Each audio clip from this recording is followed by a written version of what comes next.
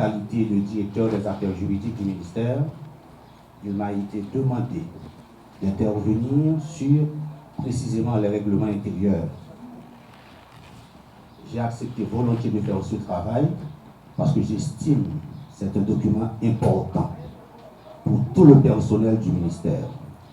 Parce que tout le monde le sait, toute société de droit est régie par des lois. Et le ministère ne peut pas se soustraire à cette exigence qui découle notamment de la Constitution, du décret portant organisation de l'administration publique et du décret portant révision du statut des agents de la fonction publique. Ces textes ont poussé le ministère à rédiger les règlements intérieurs. C'est un document qui définit en quelque sorte les droits, les obligations et les devoirs de chaque agent de la fonction publique, de chaque personnel, de chaque individu du ministère.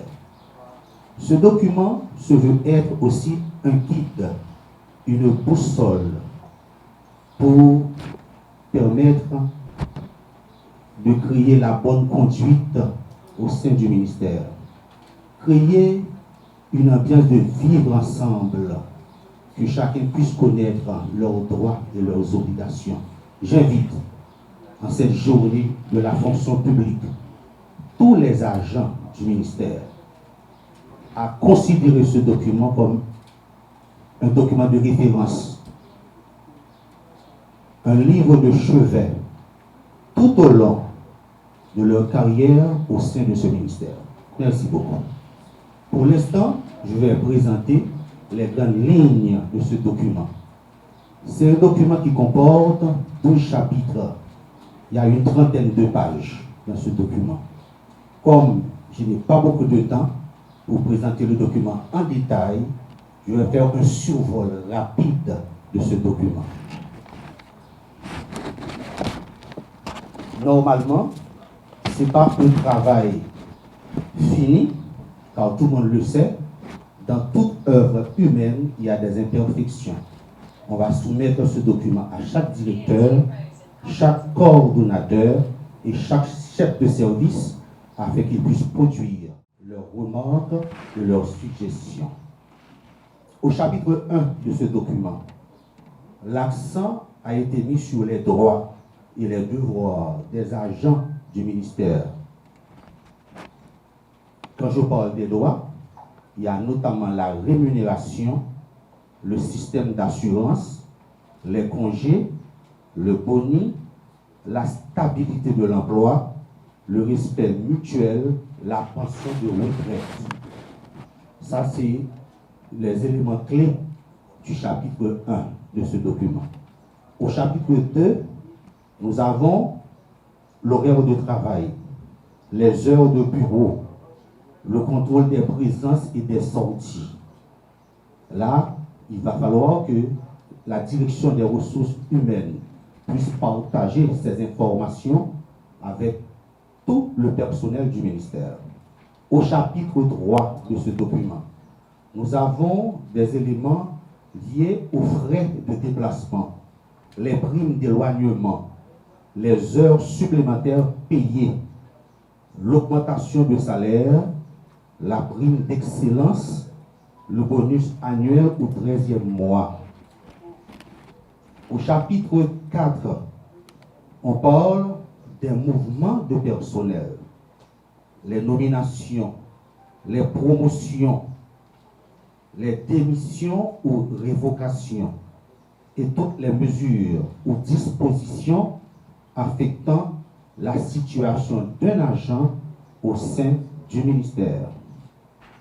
Au chapitre 5 de l'évaluation du rendement du personnel.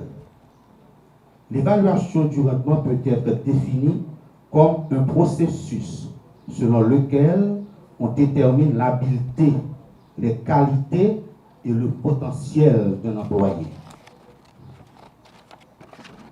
Au chapitre 6, nous avons mis l'accent sur la formation et le perfectionnement du personnel. La formation et le perfectionnement du personnel sont assurés au moyen de cours, de stages et autres actions, tant en Haïti qu'à l'étranger. Car une fois que l'employé accède au ministère, il va falloir qu'il puisse bénéficier d'une formation et un rapport avec le poste qu'il occupe au sein du ministère. Au chapitre 7, il y a les généralités sur les congés, les types de congés, le congé annuel régulier, le congé anticipé, le congé de maladie sans certificat médical ou avec certificat médical. Les détails sont clairement établis et c'est un document facile à comprendre et on peut le considérer comme un document de base. Au chapitre 8, ça c'est extrêmement important, on parle de la déontologie et l'éthique. L'éthique professionnelle, le désintéressement, la confidentialité, l'honnêteté, l'intégrité et la loyauté. C'est des vertus importantes pour un fonctionnaire. La déontologie et l'éthique professionnelle. Au chapitre 9, il y a les mesures disciplinaires. Car je l'avais dit tantôt, à côté des droits, il y a aussi des devoirs. Les devoirs de l'agent de la fonction publique. Il y a les mesures disciplinaires. Au chapitre 10, il y a la motivation.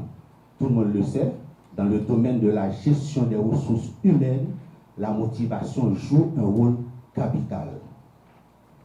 Au chapitre 11, il y a l'assistance sociale et l'assurance. Et au chapitre 12, il y a les conflits. Comment ces conflits seront gérés? Comment apporter une décision administrative à ces différents conflits sans aller trop loin, sans engager une action en justice? Car tout le monde connaît ce dicton, mauvais arrangement vaut mieux qu'un bon procès. Je ne peux pas rester trop longtemps. Si je devais présenter le document dans ses différents détails, je devais prendre la journée entière. Comme Godson Lebrun m'avait dit, j'ai quelques minutes pour faire cette présentation.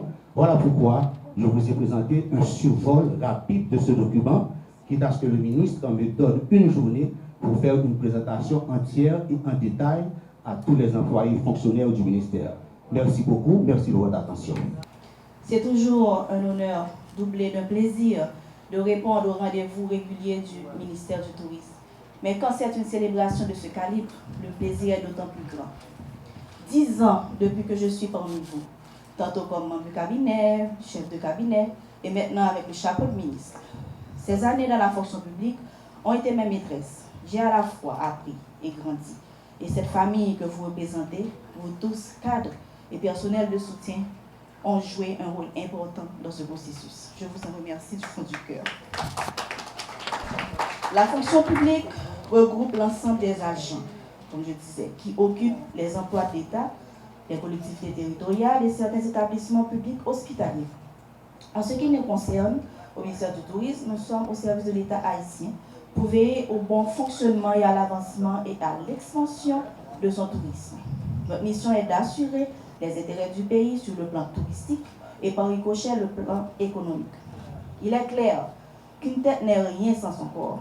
L'institution du ministère du Tourisme d'Haïti en soi ne peut accomplir la mission qui lui est assignée sans les fonctionnaires qui s'activent à tous les niveaux pour faire marcher la machine à l'échelle locale autant qu'à l'échelle internationale.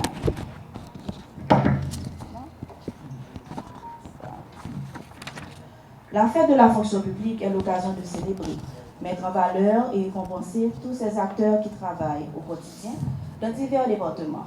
Sans l'aide particulière et l'expertise de chacun, nous n'aurions pas pu parvenir aux résultats obtenus ces dernières années.